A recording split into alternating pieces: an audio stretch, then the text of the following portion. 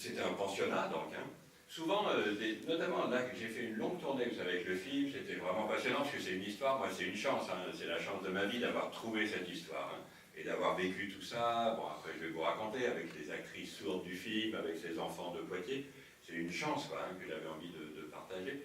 Mais beaucoup de spectateurs sourds me disaient, mais on ne comprend pas, quoi. Hein. La langue des signes est interdite en 1880, au congrès de Milan, c'est ça.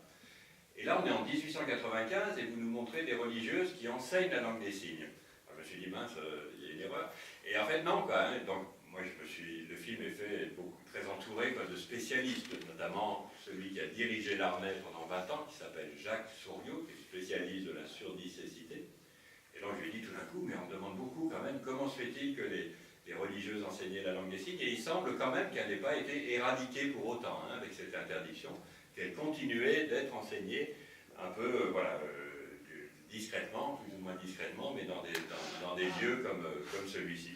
Et après, quand les sourds aveugles sont arrivés, à la suite de Marie Hortin, là, il n'y a que la langue des signes hein, qui peut permettre de communiquer avec eux. Donc vous dites, la foi, oui, c'était important pour moi, hein, c'est vrai que j'étais content.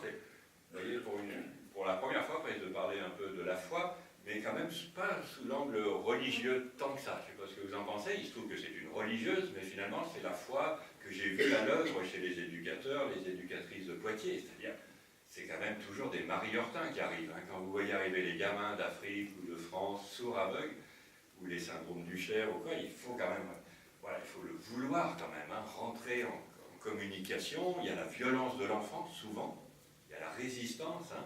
Il y a comment gagner sa confiance, hein. Donc c'est tous les jours, à chaque instant, remis sur la table et tout, cette énergie et cette confiance dans l'autre.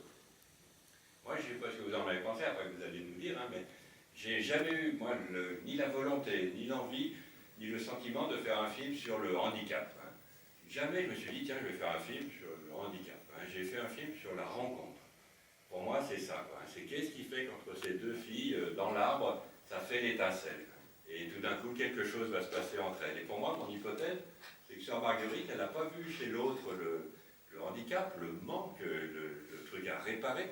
Elle a vu la personne entière et avec une question, c'est comment communiquer avec elle. La question, c'est ça, quoi. Hein. C'est inventer cette langue. Donc oui, foi, et jamais j'ai voulu la montrer priant, voyez mon Dieu, faites que la petite arrive à communiquer, ou quoi. C'était plutôt vraiment, il faut travailler. Moi j'aime ça, quoi. C'est la foi qui fait travailler et qui n'a pas peur du désordre. C'est vrai que, voilà, faire rentrer Marie Hortin dans le pensionnat, c'est faire rentrer le chaos. Hein. Voilà, elle est violente, elle sent pas bon. Enfin, et c'est ça qui est fort, justement. C'est pas une foi confortable.